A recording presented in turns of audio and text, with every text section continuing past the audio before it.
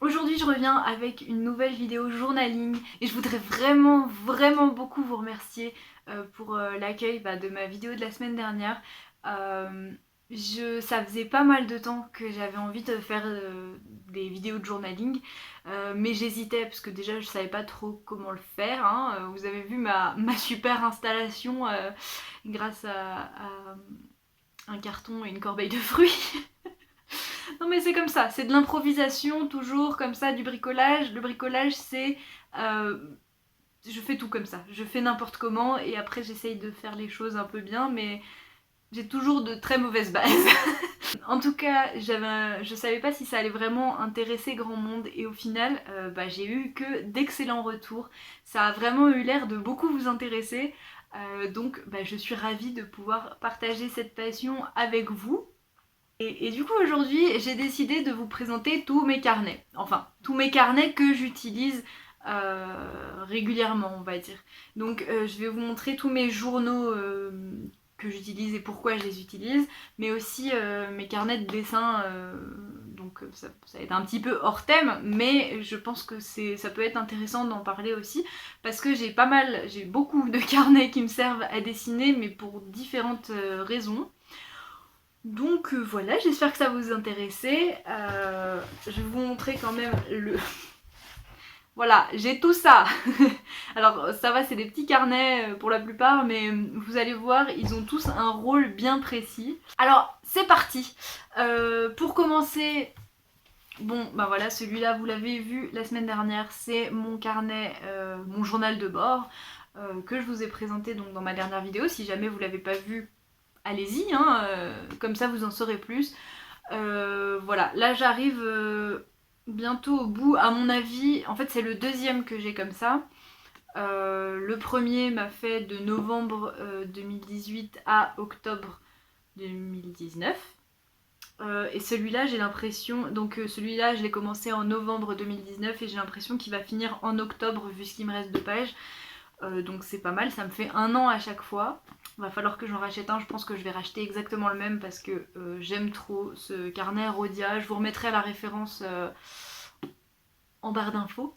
Ah oui, et d'ailleurs là je vous ai montré celui-là qui est quand même assez abouti, on va dire, qui me plaît vraiment.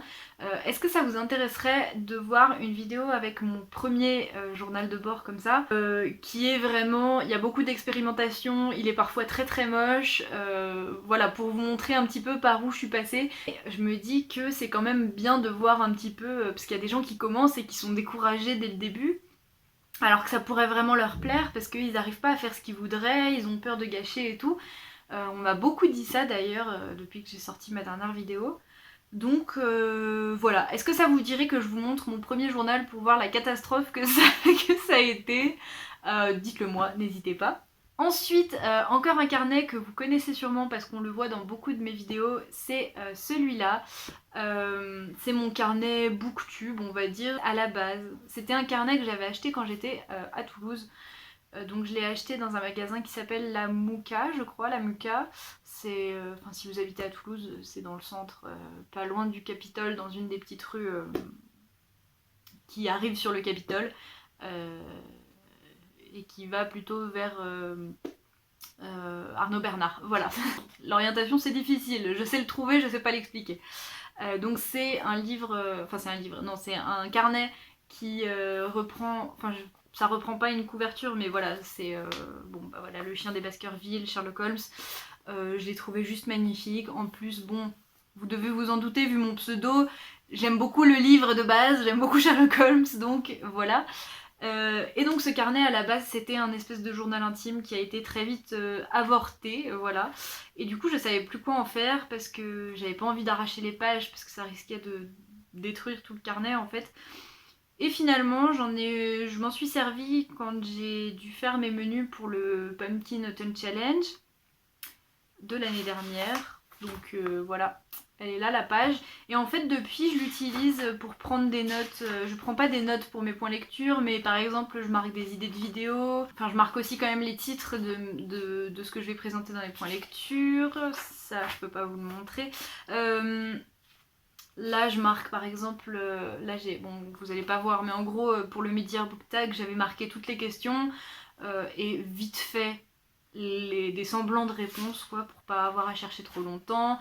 Dans ma grosse vidéo d'ambiance de l'été, là j'avais marqué tous les titres et tout, comme ça j'oubliais rien. Bref, c'est mon carnet Booktube maintenant, qui est bien pratique et que j'aime beaucoup. Ensuite, encore un carnet concernant les bouquins, mais plus personnel et que j'utilise plus trop en ce moment, mais je pense que je vais l'utiliser encore. C'est un carnet Doctor Who, je sais pas du tout, vous pouvez l'acheter, moi je l'avais acheté dans une Japan Expo. Et en fait, du coup, c'est mon carnet de wishlist, donc voilà. Je sais pas si vous allez bien voir, mais en gros, je marque les titres des livres qui me font envie à chaque fois qu'il y a un truc, et puis je les raye en rouge quand je les achète. Ça fait pas mal de temps que je m'en suis pas servi, parce que je fais plus dans l'instant quand j'achète des livres, plus au feeling, mais bon, voilà, c'est toujours utile d'avoir une wishlist écrite, comme ça, voilà, c'est toujours utile. Bref, je vais pas m'éterniser là-dessus. Le prochain carnet, c'est celui-ci. Alors, ce magnifique carnet a été réalisé par l'illustratrice Ectomorph. Donc, je vous mettrai sa chaîne YouTube ici. Donc, elle a une boutique et en décembre dernier, elle avait fait une espèce de box calendrier de l'Avent. Donc il y avait des badges, il y avait des cartes postales, il y avait un poster, il y avait des stickers, des trucs comme ça. Et il y avait ce très beau carnet. Je savais pas trop quoi en faire au début, surtout qu'il est un peu spécial, c'est-à-dire qu'à chaque fois t'as une page, je sais pas si vous allez voir quoi. Il y a une page lignée, une page avec des petits carreaux. Voilà. Mais du coup j'ai décidé d'en faire un livre de recettes parce que j'en avais pas et ça faisait un moment que je voulais faire ça. Quand je fais la cuisine, soit je cherche une recette pour faire un truc que je ne connais pas, ou alors parce que j'ai oublié 2-3 trucs. Mais généralement quand je fais la cuisine, je fais beaucoup de tête et beaucoup au feeling. Parce que je trouve que la cuisine c'est quelque chose qui... Je sais pas comment expliquer ça. Bon bref. Donc un carnet je voulais noter quand même les petites recettes que je fais souvent ou alors que je découvre ou quoi. Bon pour l'instant il y a une seule recette parce que je l'ai commencé il y a pas longtemps. C'est un truc que j'ai jamais fait, voilà, c'est un truc que ma soeur avait fait, je lui ai demandé la recette, je l'ai noté, je suis contente, comme ça je l'ai. Ça m'évite de refaire tout le temps les mêmes choses parce que c'est vrai que je fais un petit peu tout le temps les mêmes trucs. Donc je me dis qu'avoir un carnet de recettes ça me permettra d'avoir plus d'idées. Donc je l'ai coupé en deux, enfin coupé en deux. J'ai mis un bout de washi tape au milieu, comme ça j'ai mes recettes sucrées ici et mes recettes salées ici. Voilà, j'espère que je vais le continuer et qu'il me sera utile, mais je suis bien contente d'avoir eu cette petite idée. Enfin, c'est pas l'idée du siècle, hein, d'avoir un livre de recettes, vraiment tout le monde a ça chez soi, mais j'ai rien contre les livres de recettes qu'on achète, mais j'aime bien le fait d'avoir ma petite sélection à moi dans mon carnet avec les trucs que j'ai écrits, que je sais que c'est des trucs qui me plaisent, que j'aime, parce que quand on achète un livre de recettes, c'est pas pour faire toutes les recettes. Je sais que ma mère elle a plein de livres de recettes, et pour ce qu'elle utilise, vraiment, je vois assez peu l'intérêt, à part de tester des recettes pour après les noter. Donc voilà, moi j'ai mon petit carnet pour l'instant, ça me convient très bien. Et ensuite j'ai ce petit carnet, encore un Rhodia. Oui, j'aime vraiment beaucoup cette marque, je trouve qu'ils font de bons carnets. Après il faut aimer le noir et le orange, hein, parce que si, ils font des trucs aussi en argenté, je crois. Mais vraiment, sinon, c'est très noir et orange. Moi, j'aime beaucoup, donc voilà. Et en plus, j'aime beaucoup la qualité de ce qu'ils font. Ce petit carnet-là, c'est tout bête. C'est un carnet de listes, donc avec des pages qu'on peut arracher. À chaque fois, vous avez une ligne là, donc ça peut permettre de mettre un titre ou une date ou quoi. Et puis après, voilà, des lignes simples. Moi, j'aime bien ce carnet pour faire mes listes de courses, ou alors par exemple quand je vais en ville, des listes de choses que j'ai à faire, comme ça j'oublie rien, parce que j'ai le cerveau percé. Il faut pas l'oublier, j'ai aucune mémoire, donc j'oublie souvent de faire des trucs, j'oublie souvent des trucs.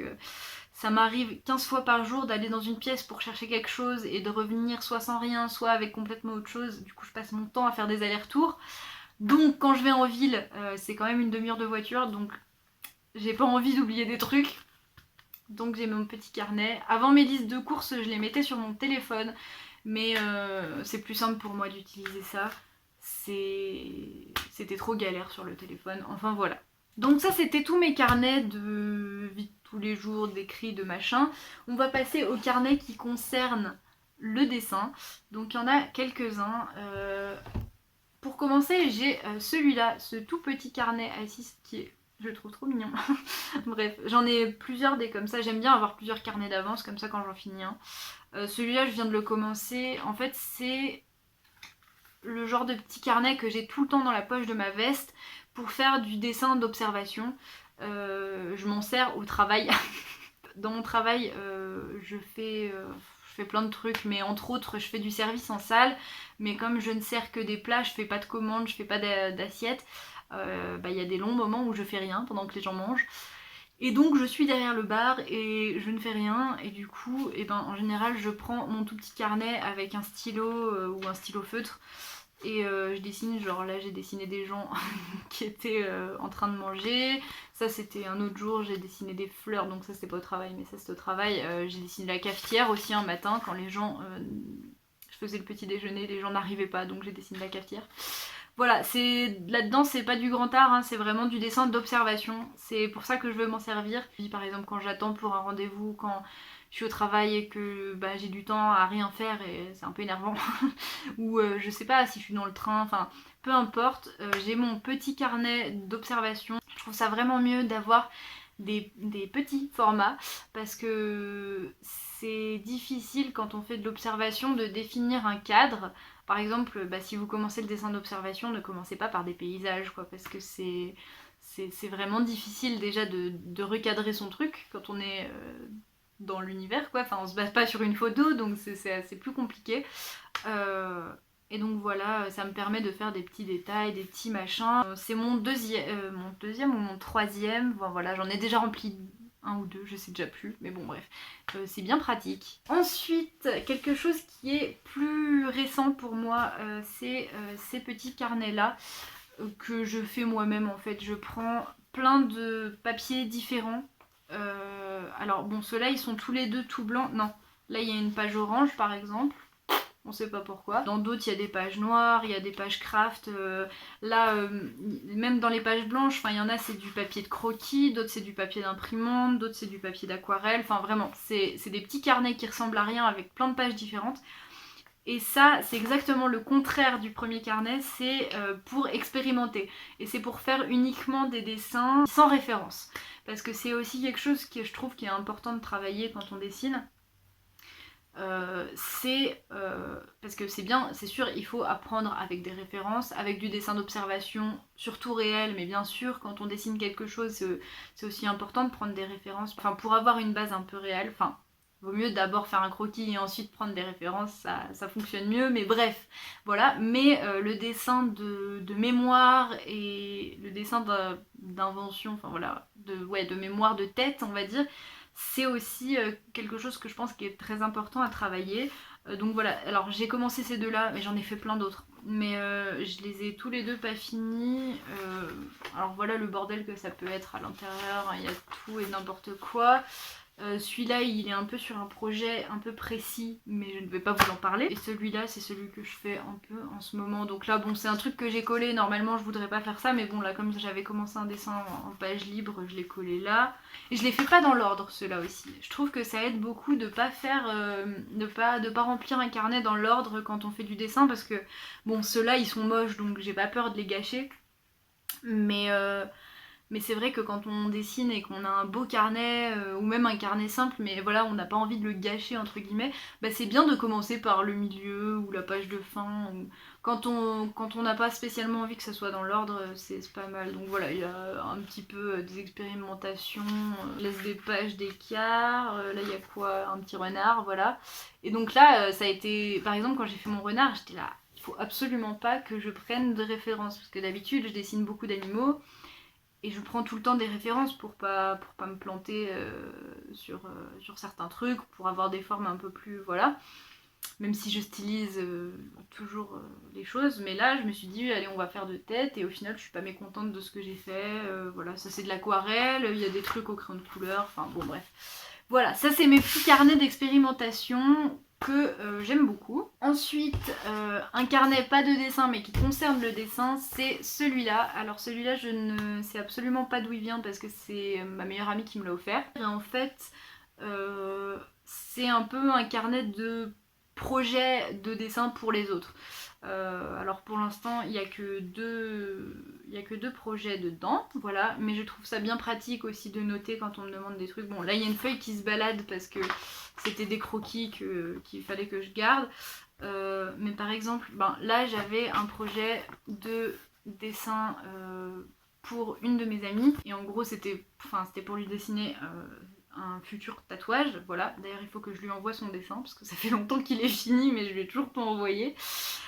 Mais voilà, donc j'ai marqué tous les trucs qu'il fallait retenir, la taille, les polices à utiliser, les éléments, les détails, machin, et puis j'ai écrit que c'était terminé quand ça a été terminé. Après, voilà, enfin ça me permet de m'entraîner.